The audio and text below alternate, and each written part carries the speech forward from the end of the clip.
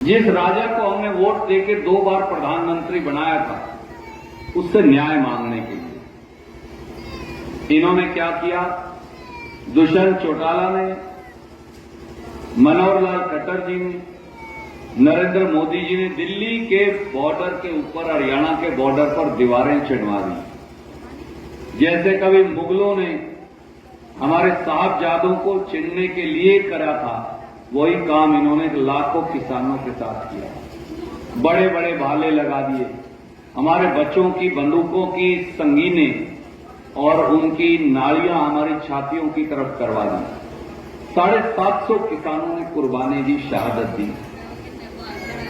381 दिन में हर रोज 2 शहीदों की लाश वापस आती थी पंजाब और हरियाणा में। किसी बहन का सिंदूर उजड़ता था, किसी बच्चे से बाप का साया उठता था, और मनोहर लाल खट्टर, दुष्यंत चौटाला, नरेंद्र मोदी ने हमारी बात सुनी नहीं। उन्होंने हमें न्याय के लिए जाने नहीं दिया। आज वही लोग जो हमें उग्रवादी, बदमाश, गुंडे, नक्सलवादी, खालिस्तानी बताया करते थे, 1 साल के बाद आज वही हमारी वोट मांगने भी आए।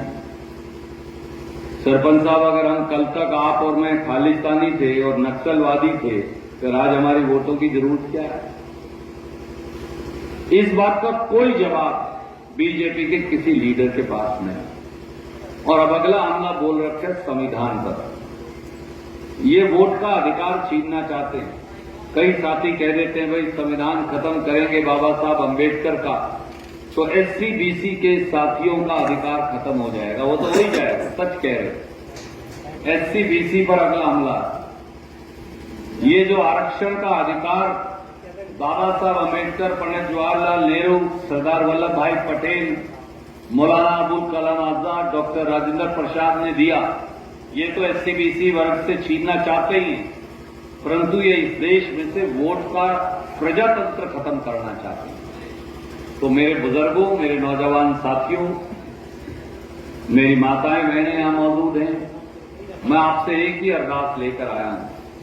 एक वोट 25 तारीख को हमारे भाई कांग्रेस और आम आदमी पार्टी का यहां गठबंधन है, इंडिया अलायंस का।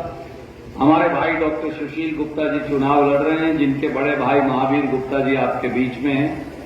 एक वोट इनको देकर आप जितने वोटों से रणदीप को बढ़ाते हैं, उससे भी ज्यादा वोट से डॉक्टर सुशील गुप्ता जी को चुनकर भेजिए। जिस राजा को हमने वोट देके 2 बार प्रधानमंत्री बनाया था, उससे न्याय मांगने के लिए इन्होंने क्या किया? दुष्यंत चौटाला ने, मनोहर लाल खट्टर जी ने, नरेंद्र मोदी जी ने दिल्ली के बॉर्डर के ऊपर, हरियाणा के बॉर्डर पर दीवारें चढ़वा दी। जैसे कभी मुगलों ने हमारे साहबजादों को चिढ़ने के लिए करा था, वही काम इन्होंने लाखों किसानों के साथ किया। बड़े बड़े भाले लगा दिए, हमारे बच्चों की बंदूकों की संगीनें और उनकी नालियां हमारी छातियों की तरफ करवा दी। 750 किसानों ने कुर्बानी दी, शहादत दी। 381 दिन में हर रोज 2 शहीदों की लाश वापस आती थी पंजाब और हरियाणा में। किसी बहन का सिंदूर उजड़ता था, किसी बच्चे से बाप का साया उठता था, और मनोहर लाल खट्टर, दुष्यंत चौटाला, नरेंद्र मोदी ने हमारी बात सुनी नहीं। उन्होंने हमें न्याय के लिए जाने नहीं दिया। आज वही लोग जो हमें उग्रवादी, बदमाश, गुंडे, नक्सलवादी, खालिस्तानी बताया करते थे, 1 साल के बाद आज वही हमारी वोट मांगने भी आए।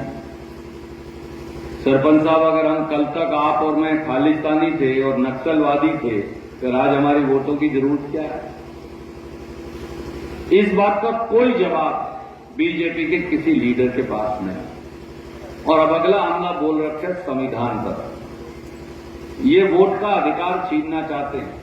कई साथी कह देते हैं, भाई संविधान खत्म करेंगे बाबा साहब अम्बेडकर का, तो एससी बीसी के साथियों का अधिकार खत्म हो जाएगा। वो तो हो ही जाएगा, सच कह रहे।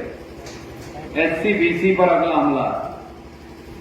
ये जो आरक्षण का अधिकार बाबा साहब अम्बेडकर, पंडित जवाहरलाल नेहरू, सरदार वल्लभ भाई पटेल, मौलाना अबुल कलाम आजाद, डॉक्टर राजेंद्र प्रसाद ने दिया, ये तो एससी बीसी वर्ग से छीनना चाहते ही हैं, परंतु ये इस देश में से वोट का प्रजातंत्र खत्म करना चाहते हैं। तो मेरे बुजुर्गों, मेरे नौजवान साथियों, मेरी माताएं बहनें यहां मौजूद हैं, मैं आपसे एक ही अरदास लेकर आया हूं। एक एक वोट 25 तारीख को हमारे भाई कांग्रेस और आम आदमी पार्टी का यहां गठबंधन है, इंडिया अलायंस का, हमारे भाई डॉक्टर सुशील गुप्ता जी चुनाव लड़ रहे हैं, जिनके बड़े भाई महावीर गुप्ता जी आपके बीच में हैं। एक एक वोट इनको देकर आप जितने वोटों से रणदीप को बढ़ाते हैं, उससे भी ज्यादा वोट से डॉक्टर सुशील गुप्ता जी को चुनकर भेजिए।